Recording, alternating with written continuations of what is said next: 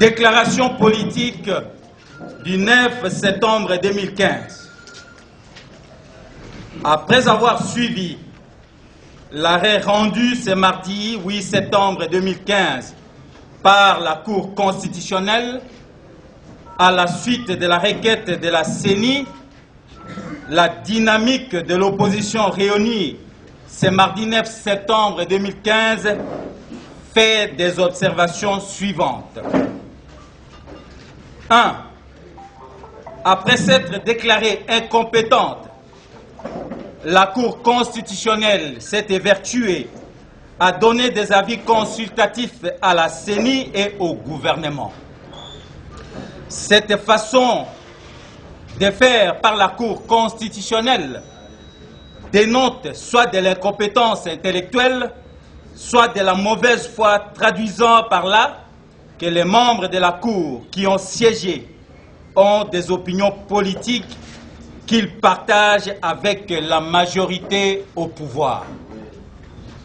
En effet, il ne peut en être autrement dès lors que l'on sait qu'il est connu et reconnu, même au niveau des juges de paix, qu'une fois une juridiction se déclare incompétente, elle ne peut plus aborder une autre question. Mais contre cette règle élémentaire, les membres de la Cour ont rendu l'arrêt en question en donnant des avis consultatifs à la CENI et au gouvernement. 2. En donnant des avis et orientations tendancieux au pouvoir en place, les membres de la Cour constitutionnelle ont revêtu la casquette des membres de la majorité présidentielle dont ils se sont révélés les conseillers qui s'inscrivent dans le glissement et partant se sont disqualifiés pour connaître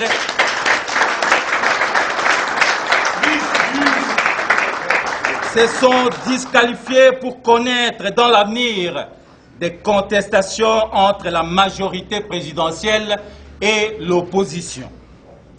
De ces faits, les membres de la Cour ont violé leur devoir de réserve prévu à l'article 29 de la loi organique sur la Cour constitutionnelle qui dispose: les membres de la Cour, ceux du parquet général et les conseillers référendaires sont soumis à l'obligation générale de réserve, de dignité et de loyauté envers l'État. Ils ne peuvent, durant leurs fonctions, ni prendre une position publique, ni donner une consultation sur des questions ayant fait ou susceptibles de faire l'objet des décisions de la Cour. Ils ne peuvent adopter des attitudes ou des comportements qui laisseraient penser à une appartenance politique ou syndicale.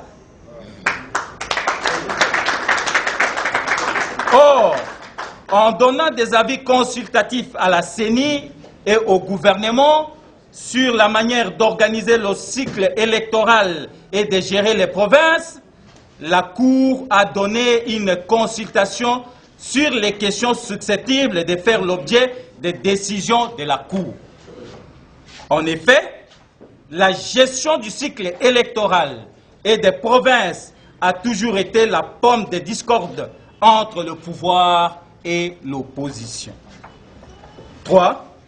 La dynamique de l'opposition considère pour sa part que les membres de la Cour ayant siégé pour rendre l'arrêt critiqué se sont disqualifiés et ne peuvent plus faire partie de la Cour quand celle-ci sera sollicitée à connaître des contestations par l'opposition des actes ayant trait à la gestion du cycle électoral par la CENI et des provinces par le gouvernement, ainsi que tout autre acte pris à la suite des avis de la Cour.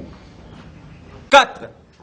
S'étant ainsi disqualifiés, les membres de la Cour ont créé la nécessité des remplacements des membres qui ont laissé penser à leur appartenance politique et qui, de ces faits, ne peuvent plus composer la Cour appelés à connaître des contestations relatives au cycle électoral et à la gestion des provinces.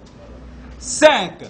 S'agissant de ces recommandations données au gouvernement par la Cour constitutionnelle, la dynamique déplore et dénonce l'égarement de la Cour constitutionnelle, qui évoque insidieusement et maladroitement un cas de force majeure qui justifierait la prise par le gouvernement de mesures transitoires, exceptionnelles et urgentes qui, de toute évidence, sont de nature à énerver la Constitution. C'est ici le lieu de se poser la question de savoir qui sera le juge des contestations en inconstitutionnalité contre les actes pris par le gouvernement sur recommandation de la Cour constitutionnelle. 6. La dynamique de l'opposition rejette toute allusion à un cas de force majeure, imaginaire, qui nécessiterait l'application de certaines mesures exceptionnelles dans la mesure où la République ne se trouve pas confrontée à une situation imprévisible et insurmontable. 7.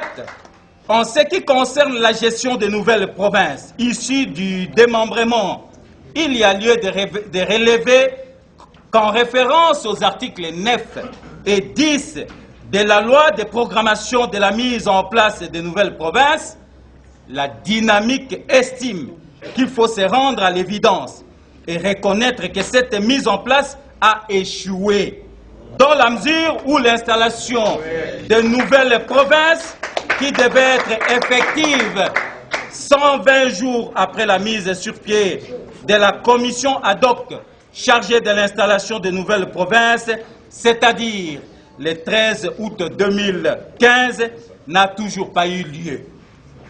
8.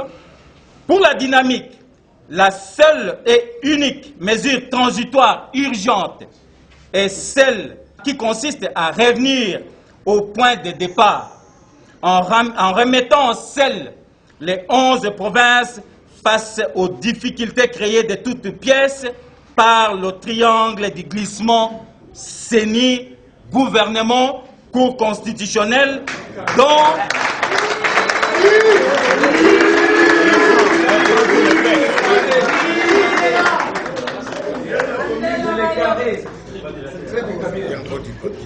pour la dynamique, la seule et unique mesure transitoire urgente est celle qui consiste à revenir au point de départ en remettant en selle les 11 provinces face aux difficultés créées de toutes pièces par le triangle du glissement, CENI, gouvernement, Cour constitutionnelle, dont les tireurs de ficelles, nous les soulignons, les tireurs de ficelles est et reste toujours M. Joseph Kabila.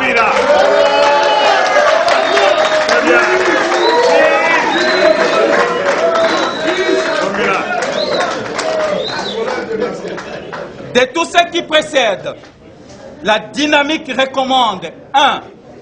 Aux membres de la Cour ayant siégé de démissionner pour avoir violé les prescrits de l'article 29 de la loi organique sur la Cour constitutionnelle, en l'occurrence avoir donné une consultation sur des questions susceptibles de faire l'objet des décisions de la Cour et avoir adopté des attitudes qui ont laissé penser qu'il concourt à la gestion du cycle électoral et des provinces. 2. À M. Joseph Kabila, Aubin Minaku, Kengo Adondo Léon et le procureur général près la Cour constitutionnelle, faisant fonction du président du Conseil supérieur de la magistrature de pouvoir, chacun en ce qui les concerne, au remplacement des membres disqualifiés. Très bien. 3.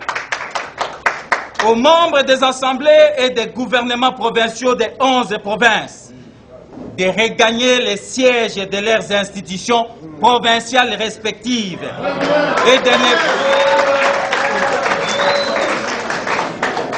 aux membres des assemblées provinciales et des gouvernements provinciaux des 11 provinces de regagner les sièges de leurs institutions provinciales respectives et de ne pas céder aux intimidations. 4.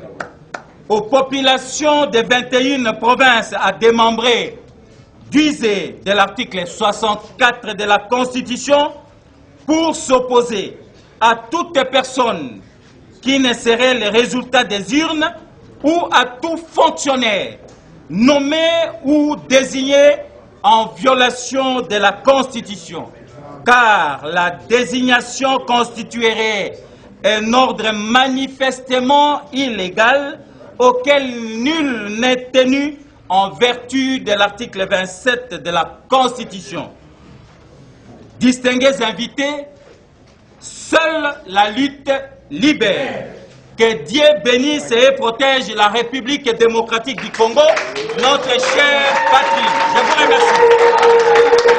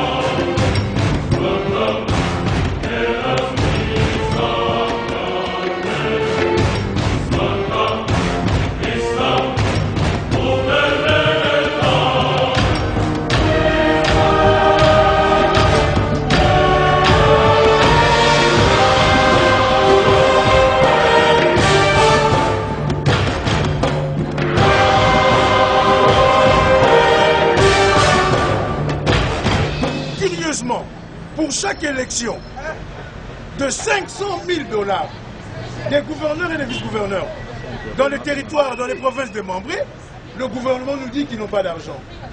Mais la Cour constitutionnelle vient de leur offrir à M. Kabila et au pouvoir kabiliste et kabilien dans la grande dynastie kabilistique un coup d'État constitutionnel. De quel droit que la Cour constitutionnelle qui nous dit pour rétablir l'ordre public? Où est-ce qu'il y a l'ordre public qui n'est pas respecté dans ce pays? Il n'y a que deux endroits, Beni et Butembo. Mais que le vice-premier ministre, le ministre de l'Intérieur et Sécurité, que le vice-premier ministre, ministre de la Défense nationale, puissent aménager leur cabinet à Beni et Butembo, ainsi que toutes les aficionados de l'ANER, des officines, de la police et de l'armée, vous allez voir que plus rien ne serait là-bas.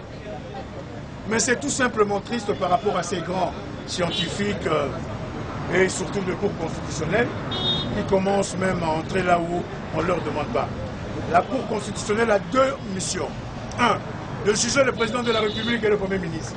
Deux, de dire le droit, si le droit est contraire par rapport à la Constitution.